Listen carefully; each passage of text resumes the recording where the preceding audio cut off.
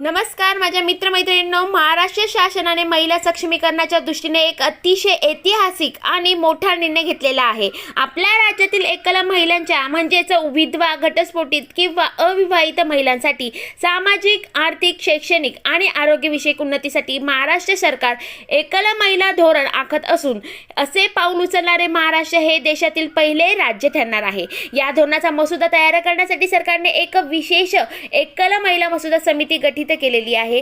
आजच्या या व्हिडिओमध्ये आपण या शासन निर्णयाबद्दल संपूर्ण माहिती सोप्या भाषेत समजून घेणार आहोत, त्यामुळे हा व्हिडिओ शेवटपर्यंत नक्की बघा। तर बघा, महाराष्ट्र राज्यातील एकल महिलांच्या प्रश्नांचा सर्वकष विचार करणे आवश्यक आहे। त्यांना विविध सरकारी योजनेचा प्रभावीपणे लाभ मिळवून देणे आणि त्यांचे सक्षमीकरण करणे हा या धोरणाचा मुख्य उद्देश आहे।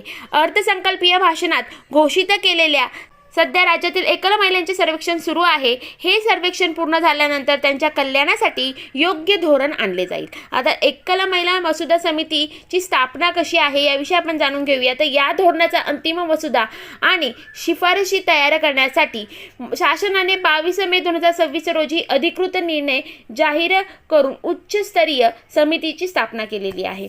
तर या समितीचे अध्यक्ष सदस्य कोण असणार आहे हे आपण जाणून घेऊया। तर आयुक्त, महिला व बाल विकास आयुक्तालय पुणे हे या समितीचे अध्यक्ष असणार आहे। आता सदस्याविषयी जाणून घेऊया।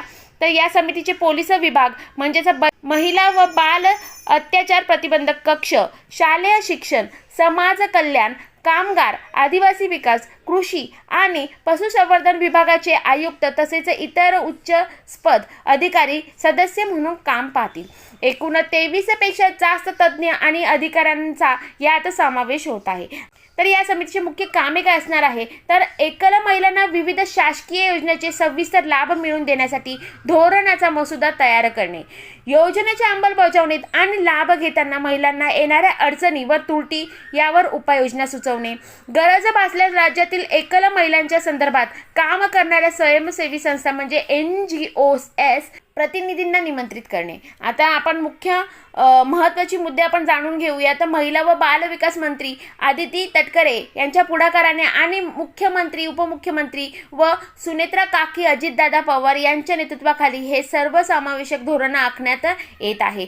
सह्याद्री अतिथीगृह येथे पार पडलेल्या महत्त्वपूर्ण बैठकीनंतर या निर्णयाला गती मिळालेली असून यामुळे राज्यातील लाखो एकल महिलांच्या जीवनामध्ये आमूलाग्र बदल घडून येईल असा विश्वास व्यक्त करण्यात आलेला आहे।